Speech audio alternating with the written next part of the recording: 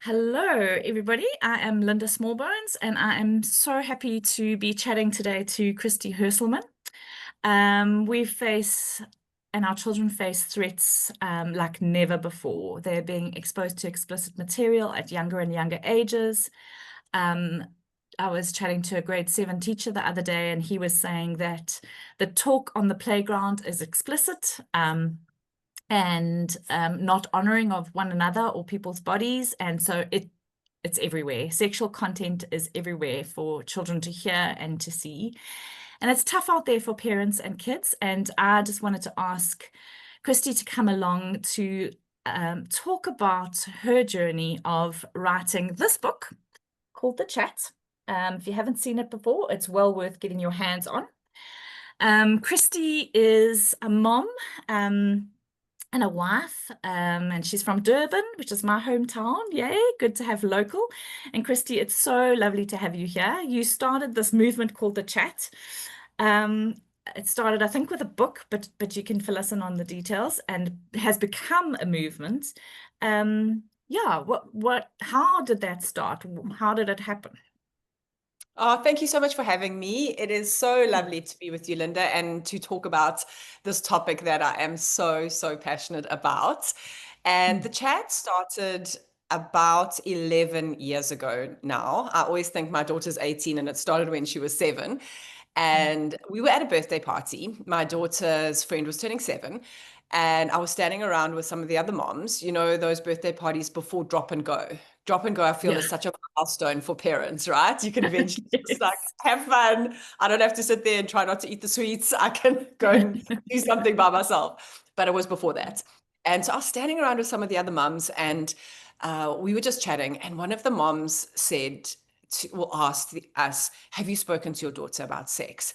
And none of us had. We were all but confused. We were a bit, a lot of us were, well, they're 7. Why are we going to want to talk to them about sex? Isn't it so early? To be honest, it had never entered my mind that this was the time. And I just looked at the women around me, and no one had a positive outlook on this conversation. To be honest, I was not nervous about this conversation. My mom is a medical nurse, so she was really open with us. It was never awkward or weird. It was just, we had these open conversations all the time. So it wasn't an issue for me. But what was interesting to me and a little bit concerning was, as these women responded, it was either indifference or it was fear, or, kind of, oh, well, they'll find out when they find out, or my parents never spoke to me, so there's no ways I'm having that conversation. There was no one who was excited about this conversation. And so what I said to the moms is, why don't I go and find out what we're supposed to be doing, and then we can get together and decide as a group? Because I'm always of the opinion that if the friend group moms can get on the same page about these important issues, that's really helpful. And so, with my background in journalism and in education, I love research. Give me a topic, I will spend hours just going down rabbit holes. And I did all of this research across many spectrums of different belief systems and faith systems and science and all of those things. And it took me a little while. I remember that was the December or the November, and then we got together in the February. And the first chat that ever happened was in a lounge in Durban North with a bunch of moms. And I'll just be honest, a fair amount of wine to calm our nerves. And we Yes. just like sat there giggling and going, what? And just figuring out, it's like, well, this is what the research says. This is what is out there. And it was that phrase, that very well-known phrase that is kind of quite well connected with the chat now, is that 8 is too late. And so Mm. that was the phrase that was being thrown around. And I said to these moms, actually, according to this research, 8 is too late is pretty accurate. There's so much out there around sex that the media is throwing at our children all the time. There's so many conversations happening that if we haven't really had a conversation by 8, they've heard a version somewhere else. There's a good chance. And so that was the one thing. And then the other thing was, 7 to 9, cognitively and developmentally, they're ready for the conversation. So a lot of parents think, oh my gosh, they're so young, they're so innocent. But if we look at the countries that have the healthiest outlooks around sex, the Scandinavian countries, and they're very open with their children around sex. They have the lowest teen, pregnancy rates Pregnancy. and Yeah. and and even teen sex because these Yeah. children are well educated. And Mm. so the chat kind of started with that conversation, and then more and more groups of parents, or and then it eventually was schools and different organizations asked me to come and speak on the topic. And it really proved that this is something that parents aren't equipped in, because for a lot of us, our parents didn't have these conversations. Yeah. But there's a new imperative now, right? We have the internet. When I was Yeah. curious about a word, and if you want, I'll share a story that from this week around this. When I was curious about a word, I could go to the Encyclopedia Britannica, I could go to the dictionary, or I could go to my older sister, and I could say, "What does this mean? I heard it at school." But now, you can put it into TikTok, you can put it into Instagram, you can put it into Google, and and if your child puts "what is sex" into Google, they will come across the most horrific pornography. As one parent said, my child saw things that I didn't even know existed. And all she did was type "what is sex" into the search bar of our home computer. And so this kind of got me really fired up, and I call it a movement because I don't know what else to call it. It's about shaping culture. It's about reshaping culture in a more positive way, in a more empowering way for young people, for communities, and for families. And I kind of got to a point where I needed a resource that I felt um, was what parents needed. And the books that I were using, there were a couple of different ones, but there were a few things that I felt were important in a book like this that were missing from these different books. So, for example, a friend of mine at the time, she's still a good friend of mine, but at the time, she was a single white female mother of two adopted girls of color. And so she wasn't married. There was not a dad in the picture. These girls were not hers biologically. And she said every single book on sex you pick up tells the picket fence story. Man and woman Yeah. meet, fall in love, get married, Yeah. decide to have a baby, have sex, that whole thing. She goes, I can't read that to my girls. That's not even their story. And then Yeah. I would, in my work, I do a lot of counseling, and I'm involved a lot in communities. And I would see even adults carrying so much rejection from their birth story, their story of Yeah. not being planned or not Yeah. being wanted. And so as this I was saying to friends, I want a book that anyone can read, regardless of whether your baby is an IVF baby or an adopted baby or a baby that was planned or unplanned or whatever. I wanted a book that any parent could pick up and use with their child. I wanted a book that was biologically accurate, but I wanted a Mm. book that when these children were hearing the story, they not only got the biological facts around sex, but they heard the truth that no matter whether they were planned by their parents, their lives are not an accident, and their lives carry destiny, purpose, Mm. meaning. And so that's why you'll see that the title of the book is The Mhm. Chat, Birds, Bees, and And Destinies, Destinies. Yep. because I wanted that destinies thing to be part of it, Yeah. that I Yeah. wanted from the first time they hear about sex, they know that this is what it is. It is something that is done within consenting, loving, connected adult relationships, and that sometimes from that a new life is formed, and Mm. then so it's a combination of practical and also the emotional. I do talk in there about the fact that sex is enjoyable for adults, and it should be, because I think Mm. that's also an important way of protecting our children.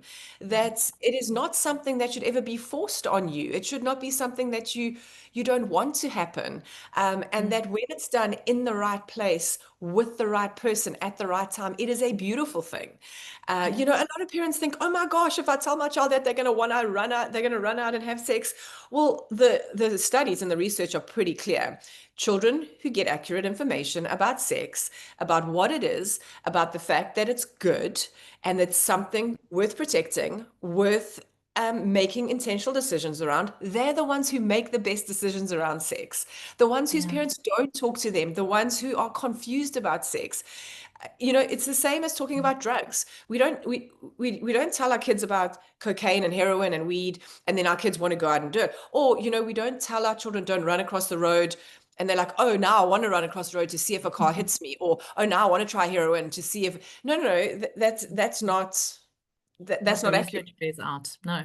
Yeah, the thing about sex, right, that's different to drugs and alcohol and those things is those things are always bad for young people, Mm. and Mm. cocaine and heroin Yeah. is always bad for you.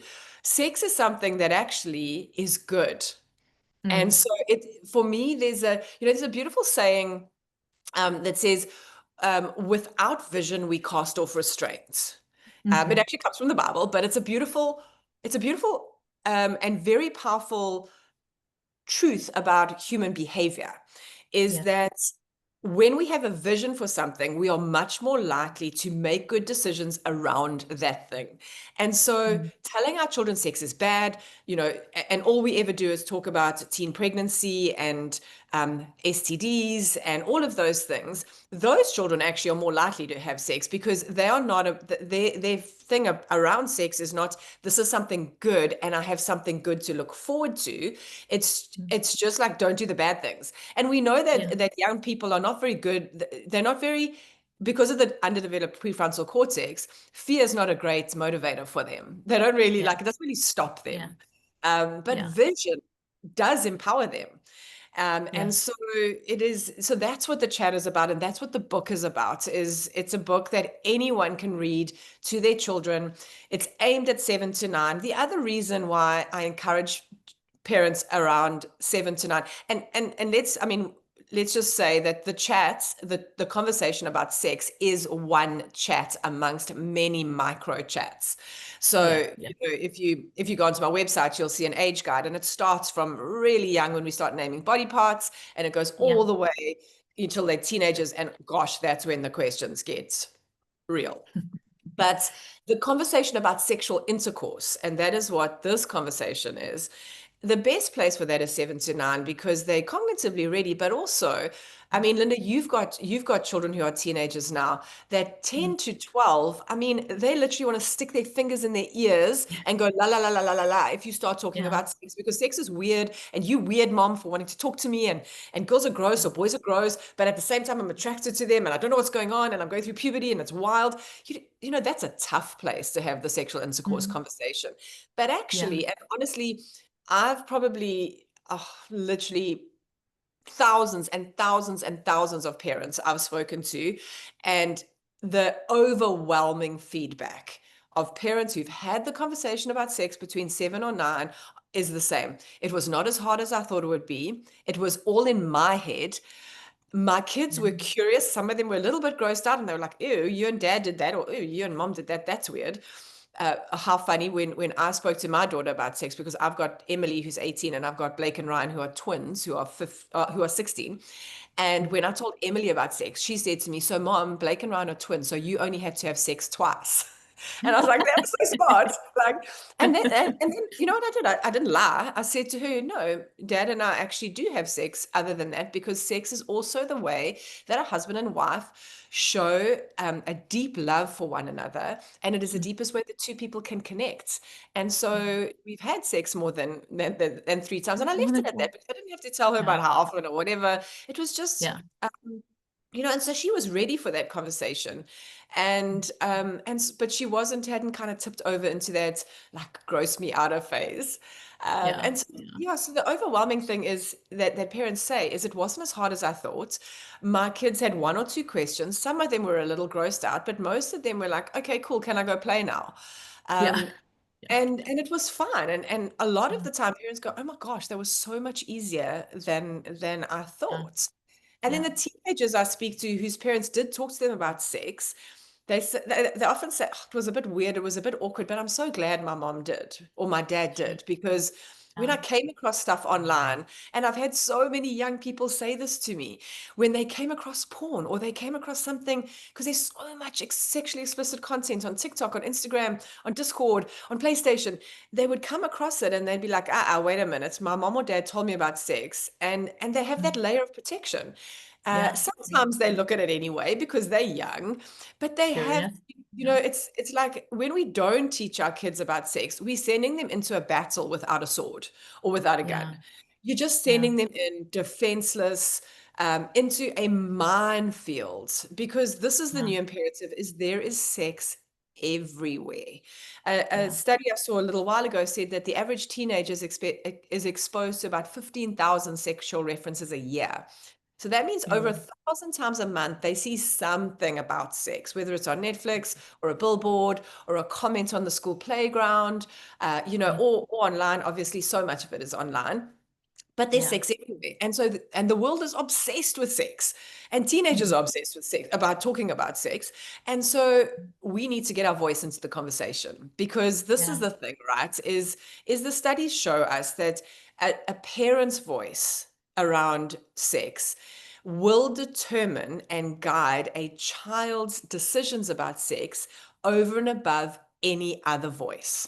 Even Amazing. if your Yeah. child, when they get into that oldest phase and they're rolling their eyes and they go, "Oh, mom, you're so Yeah. embarrassing, or you're so awkward," it's still going in. And those children statistically are going to make better decisions and are Yeah. going to be, more empowered. And when we focus on the negative when they're little, we put into their minds that sex is a negative thing. And then Yeah.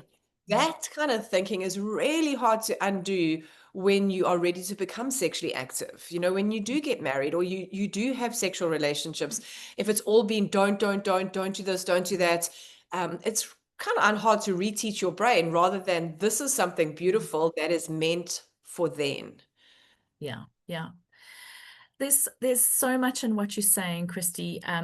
So one is the one thing that stands out to me is sometimes parents have to navigate their own obstacles, all of our own stuff around sex. We could have negative history ourselves, like not being told is one thing.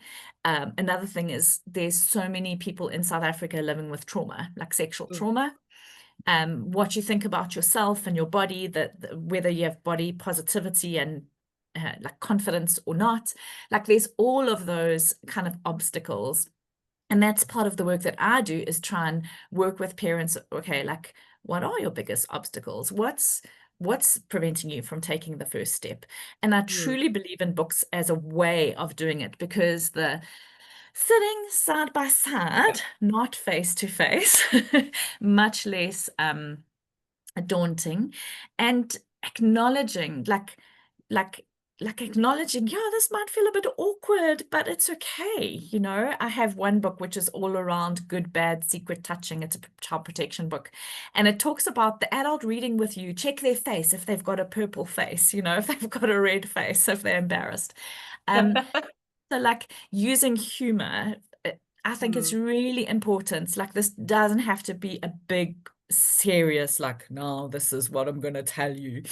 And Yes. I love how in your book there's little bits of humor and lightness, and that's just lovely. Um, so the question I wanted to ask you is, in your experience in talking with parents, what has worked with parents or for parents in terms of telling their children about sex? Like, what feedback have you found that when and how they maybe do it, and ideas for other parents? Yeah, I think it's kind of, for parents to get prepared, to prepare Mm, themselves, to yeah, kind of yeah, unpack some of the myths that they're yeah, believing. Things like, my child's going to want to go out and do this. Things like, my yeah, child is going to lose their innocence if I have this conversation. Where actually it's a layer of protection to protect their innocence. In fact, if you feel anxiety and um, fear and negative emotion when you think about talking about sex, speaking Yeah. to someone, getting counseling, unpacking your own sexual trauma. And you know, Mm. it can be something devastating that happened to you as a child, Yeah. but it can Yes. also just be silly things that our own parents said, or an absent Mm. dad, or you know, Mm. you being ashamed of your own sexual choices. You know, Mm.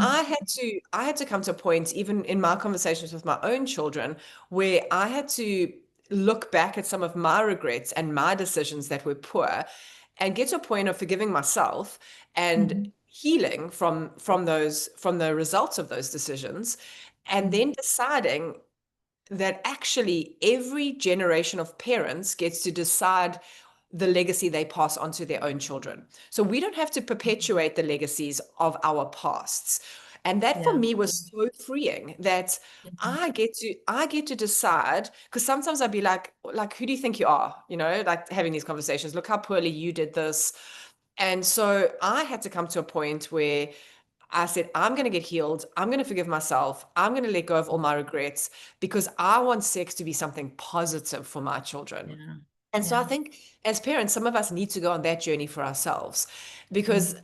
the way I see it is you can't create a safe space for conversation in your home if you're taking all your baggage into that space and it's messy and you are reacting instead of responding and you are shutting them down or you're reacting in fear. And so Mm. dealing with our own stuff is really, really important. Yeah. What is also important is if there are two parents in the home, getting on the same page and making Yeah. sure that parents can that children can talk to both of you. You know, there's conversations that my boys can't have with me because I didn't go through it. Yeah. And Yeah. you know, funny story from our home is when I told Emily about sex, I hadn't written my book yet. I used another book and I lay with her at bedtime. And this is a tip as well, is don't make a big deal of it. Yeah. If you already read bedtime stories to your children, just say to your children, "Hey, I got this new book. It's about something special, and I just want to read it with you tonight." I lay on the bed with her. She asked me, you know, went through all of it. She asked me that one question. She went to bed. The following night, I was in the shower, and you know, she was about, I think she was about 7 at the time. She burst into the bathroom because you know, with children, there is no privacy, and she goes, No. "Mom, where's that book? I want Dad to read it to me tonight." You know, Okay. my husband is from his dad was an Afrikaans policeman. So can you just imagine how conservative his home was? You know, the word penis, vagina, sex, it never happened. Yeah. Yeah. I think my husband's dad hugged him for the first time when he was 40. That's Wow. how like Yeah. Yeah. very parate, very, you know. Yeah. And so, you know, being the mature adult that I am, I went and told her where to find the book. I went and grabbed my towel and I eavesdropped outside her door. And Yes. and he lay there with her reading this book, you know, past that very awkward page where it says the penis goes into the vagina and all of that. And he just kept reading, and he kissed her goodnight, switched off the lights, and came outside to find me in my towel. And I said to him, "Babe, I'm so impressed. That was very good." And he said, Yeah. "Flip." I just kept looking at her and she was fine. So I just kept going. And he was like, lucky the lights were dim because he was probably Yeah. that Yeah. guy with the red face. The purple But you know, face. yes, Yeah. the purple phase.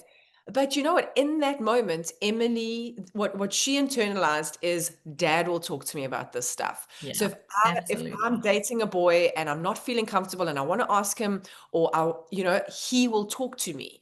And so Mm. parents, if you can get on the same page, if you can, and you know, Yeah. sometimes it's not possible. Sometimes there's only one parent, or one parent is just opting out, and so this is best case scenario. But if you can, it's really powerful. And then, yeah, I think it's just about not making it a big deal, not Yeah. making it the chat. You know, in Afrikaans, die gesprek, apparently.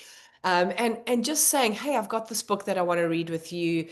And you know, the lovely thing about a book is you can pick it up at a later stage. You know, sometimes Exactly. kids will say, "Mom, can we read that book again?" Or you just say, Mm. "Look, I'm going to leave the book on this bookshelf. It's a special book for just moms and dads to read to their children." You Mm. know, other families are going to decide when to have these special conversations, and this is an important part of the chat is Yeah. discouraging playground talk, because this is one of Yeah. the obstacles for parents is, I don't want my child to be the one who goes and tells everyone at school. Yeah. But you know, I always say to my children, as big as they were, even 13, 14, I would say to them, Yeah.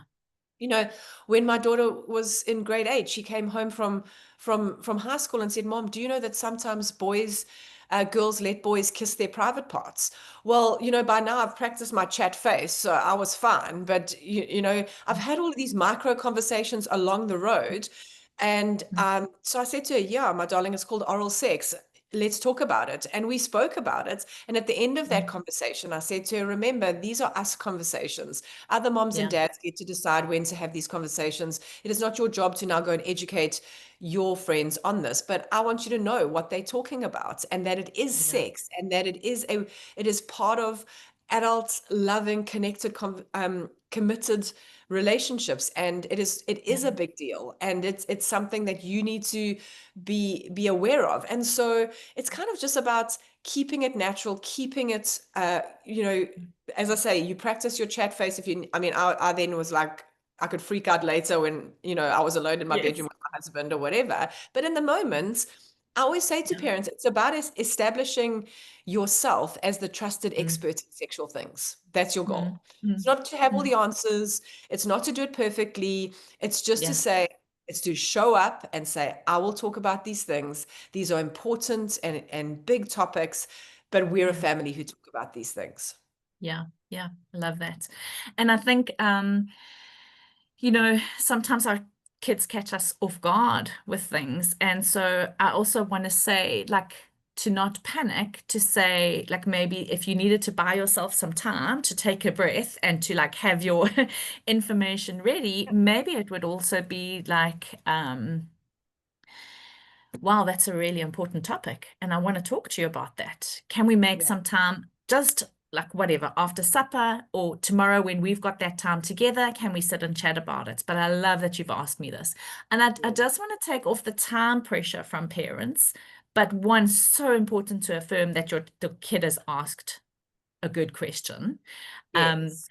because we know what our limits are, and we know Yeah. like, oh, if I have to talk about this now, I'm going to mess it up because I'm not in the right Yes. frame of mind or whatever. But just parking it but making that promise that you're going to come back to it so that you can quickly grab whatever resource you need. Yes. Because to explain oral sex to a kid is not always like on the tips of people's fingers. Um, 100%. Say again. No, 100%. I'm agreeing with 100%, you. yeah, Yeah. yeah, yeah. So yeah, I had this interesting talk to a group of parents, and I was talking about teaching your children the proper names for genitals: penis, vagina, vulva, anus, you know, and most of the parents were horrified. They were grade 4 parents. And the one dad said, I can't tell my boy, I can't use the word penis. That's just wrong. And I said, it's a part of our anatomy. We have sexualized it, but it is a Yes. part of our anatomy. And part of my positioning is like, everything happens because we have a body, and our private parts are part of our body, and we need to be proud of them and own them and look after them, and I just like when we come along and kind of sexualize things, then it becomes also a barrier to children speaking to to parents speaking to their children, Yes. I don't know if you've Yes. come across that, if you have anything to say about that. No, definitely. It really is a barrier for parents, and it's quite a jump because also our parents never use the correct terms, right? Yeah, And yeah, it's quite a tricky one because I don't know if you've come across it, but in English, the words are very anatomical. They're very biological. But yes, when you go yes, into the other languages, for example, yes, Zulu, yeah, I don't speak Zulu, but the Zulu speaking parents that I've spoken to say those words are actually almost like swear words. yeah, They're not, yeah, yeah, there are no kind of very safe words like that don't. almost clinical words. There's no There's no clinical clinical words. words. Yeah, And yeah, so I say to parents, I'm not going to put this pressure on you because obviously it depends on your language. Definitely in English, let's take the mhm, shame off. yeah, It's about just making it part of our bodies. And yeah, you with your background in social work, you will know that knowing the biological words of your body, also in mm, cases of sexual assault and sexual grooming, our children need mm, to know those words. They need to know them if anything happens to them, to be able to report accurately. And I mm, also say to use it, to kind of do it in that kind of body autonomy space of, yeah, Yeah. people can't, your body is yours, you're powerful. And so I just kind of, and again, I say to parents, if the ship has sailed, if you've been using these words for too long and you can't backtrack, it's not a game changer. It's not like your child is ruined for life. But Mm. just even having a conversation with an older child saying, look, these are the names. I know we have names in our family, but these are the names and there's Yeah. nothing Yeah. shameful about them. And just having that Exactly. kind of open conversation is Yeah. really important. Yeah. And I think, yeah, I think just also I just want to go back to what you said about when our children ask at the wrong time, because sometimes we're Mm. not prepared. And I think just to take the pressure off parents to know everything as well, Yeah. And I think that the important thing is to not say, I'll tell you later or I'll talk to you later, and then not do that. Yeah. You know what I mean? Because it's about the integrity. It's about the child knowing that you will talk about it. Because Mm. AI will always talk about it. Google will always talk about it. And if we're not answering, what our children internalize is my parents don't want to talk about this. Yeah. And I feel there's a few different scenarios where you don't want to answer straight away. One is when there are other children around. Yeah. I've had that situation where my kids were comfortable asking me these questions, but then they popped it up, when we were giving kids a lift home in the car. And then what Yeah. I said Because you to can them, talk anytime, right? yeah. Yeah. So she shouts from the back. We had a 70s, she shouts from the back and she says, Mom, does it feel nice when you and dad have sex? And so I said to her, that's such a good question, but we'll talk about it when we get home. And then we Yeah. made lunch and we sat at the kitchen table and we had the conversation. And so I Yeah. think when it's appropriate, and then the other Mm. the other time is when, like you said, when you put on the spot, you're going to fumble your words and you just feel like you need some time to gather your thoughts. And then the other one that I find is that they're going to ask you things that you don't know the answer to because they are not words that you've ever come across, because language is changing so Yeah. much. And Yeah. this is actually the story I was going to share with you is with some of the grade 9 boys that I'm working with. We were doing this healthy sexuality program, and then at the end we just had some time for questions. And the question of masturbation came up, which teenage boys are always asking about. Mm. And they said to me, ma'am, have you heard of gooning? And I said, I actually haven't heard of that. And this is the other thing is I don't act like I know everything anymore. Like I'm over that. Yeah. I said, I've never heard of that. Can you tell me what it is? He goes, well, this is the new word for masturbation, is gooning. But it's got this other component to it where people do it online together. And, there's gooning videos and there's all of this stuff. And so if you're, so that goon, for example, goon or gooning is a word your child, if he is a boy between the ages of probably 10 and 16, it's a word he's going to hear. He's going to hear it on the playground. He's going to hear Mm. it somewhere. He's going to hear it on TikTok, but very, very, a very good chance that he'll hear it at school. And Mm. so if he comes home and says, hey, mom, what's gooning? I wouldn't go like, oh, I don't know. That's just like a weird like word that your generation used that I don't know. Mm. What I would do, and I've had to do this with my own children, is say, I've never heard that word, but I'm going to go find out what it is, and then Mm. go away. It just takes a very brief search to find out what it is, and then you say, boy, and in this case it was a boy, but it could be a girl because girls and boys are both. Masturbation is not just a boy thing. um, then you could go away, find out the information, and say, I found some information.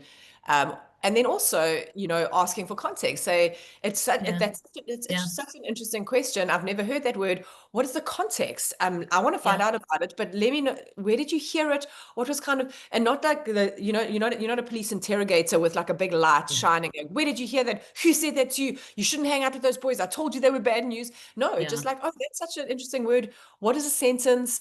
And then say, okay, well, this is what I found out, and then opening the conversation like that. So I Mm. think it is all like, even with the words we use, it's about us as parents learning and growing Yeah. and Yeah. figuring things out, but being Yeah. willing to do that. Yeah. Absolutely. We ask our children periodically about the new slang, and so much of it, they're like, I can't tell you what it means. Mm, Because, and then when we look it up, it's like, my gosh, everything has a sexual connotation. And then yeah. they feel too embarrassed to like share what it means. And yeah, it's just they are just absolutely bombarded. Yeah, they really are. Yeah. Christy, just kind of as we draw into a close with the chat, I just wanted to ask you with your book. I often recommend to parents to talk to their children about sex, but they don't even have to use the word sex, just to start giving some information before the age of 7. Like Yeah, even, if yes. they're asking around 4 or 5, even as young as that. Um, is that, I mean, I think your book is still usable for that age group. What Yeah. do you have any strong opinions about that or? Interestingly, I was talking to a parent a couple of days ago whose son is 4, and they have my book and they have it on the bookshelf. And they said to me they've actually used parts of it Yeah, already. yeah, So yeah. what often happens is in the kind of 5 to 7 is when children might start asking, where do babies come from? Mm, And mm. so you're not going to talk to them about sex yet, but you want to Yeah, talk to them about the ovum and the sperm and how yeah. babies grow. And Mm, so that is, there's a whole part of the book that focuses on that, where you just say yeah, an ovum from mom, a sperm from dad came yeah, together inside mom's uterus, and you yeah, grew. And so that is definitely age appropriate for the 5 to 7 kind of ish yeah. age. And as you said, I've tried to make it fun. I talk about when the heartbeat starts, and Mm, it's the illustrations are quite cute. And so for that mm, age group, the vast majority of the time, they're not going, I wonder how that sperm got in there. They don't really ask mm, that question. And even if they do, you can say, that's a good conversation. We're going to have that one when you're a little bit older. Because often children mm, whose parents are giving age appropriate information, having conversations, there's that trust within the child that says, oh, my mom will talk to me about this stuff. She's yeah, just going to talk about yeah, it a bit later. And so yeah, definitely it is about this layer upon layer of conversations. And I wouldn't even use the word sex until yeah, you're ready for the big chat. Those little yeah, micro chats, no, it yeah, doesn't actually come into it yet, but it's still part of yeah, it. And then the beautiful thing is then if you are layering the conversation, when you get to the chats, it's actually not such a big deal yeah, because yeah, we've been talking about these things. exactly. It's just one part of the conversation. Yeah. Yeah, when I also used a book. Yours wasn't out yet, but I used quite an old book actually. Somebody had given me, and in the book, it had a very helpful illustration of moms and dads put together like puzzle pieces, and so that was really they kind of grabbed onto that for a while, Yeah. and that's kind of like was helped their understanding. And I did that just before my son went into grade 1. My daughter's only 14 months younger than him, so I just did it with both of them together because I did not want him to hear anything on the playground.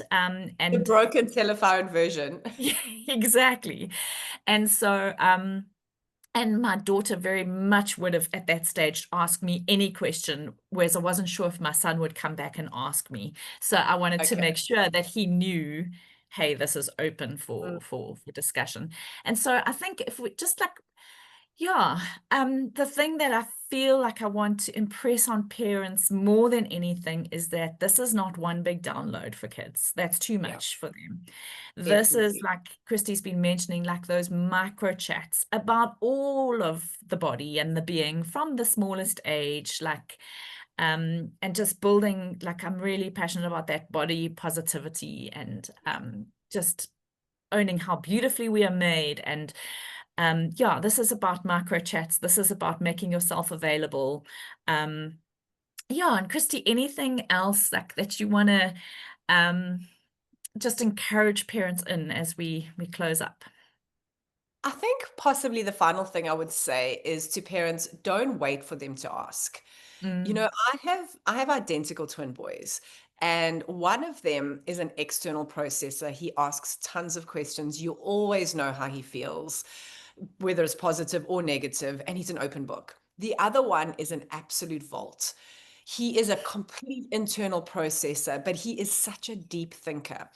mhm. But those two boys, one would ask, the other would not. Are they both curious? Do they both need to know? 100%.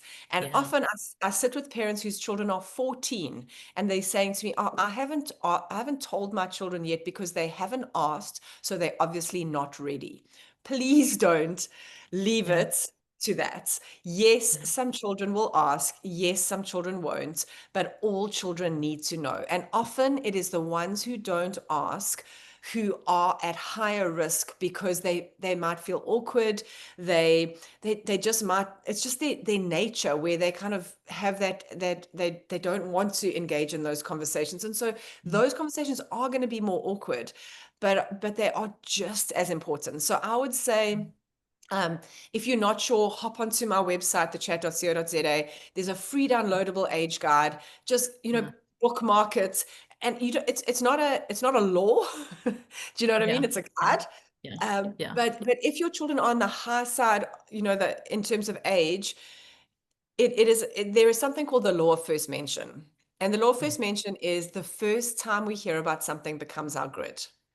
And so Mhm. we would rather that our children's first mention, their grid of sex, is a beautiful, healthy conversation at home with mom, dad, Yeah. or both, and not some depraved, twisted porn video on the internet. Yeah. And that is how we protect this beautiful thing called sex and help our Yeah. children. And let me just say that if your children's first mention of sex is porn, because it is the reality for so many young people, it is not irredeemable. You Yeah. can help them relearn, replace those thoughts, rewire those neural pathways in beautiful, Yeah. positive ways, just with intentionality and presence and lots of chats. Yeah, yeah. Thank you. Thank you so much, Christy. And I also just want to let you guys know, Christy has a talk online on the 27th of November. Christy, can people find out about it on your website as well? I know your Yes. newsletter came out, but on the website, Yeah, yeah, absolutely. If you just go yeah, to onto my website, onto online chats, you'll yeah, see there's a bunch of recordings there because I do keep some of my talks as recordings for quite a while. yeah, And even so, if people aren't available on the 27th, they can sign up the normal way and just type recording, please. So if you go onto that page, you yeah, can sign up there. I never go longer than 60 minutes, and then I stay online if people want to chat. And it's just yeah, about putting together a game plan for your family in terms of screen time in the holidays. Because brilliant. like we plan our travel, our festivities, all of those things, our screen time, if we're intentional about it, can be manageable and can be Mm. positive, and then we don't lose these important moments to screen time. It stays in its Yeah. place. There's less fighting, less nagging, and a lot more connection in the holidays. Awesome. Thank you. Thank you, everybody, for listening. And thank you so much, Christy, for being here. It's been such a pleasure to talk to you. It is such a pleasure, and thank you for having me, and well done on all the amazing work you're doing. Thanks. You too, Christy.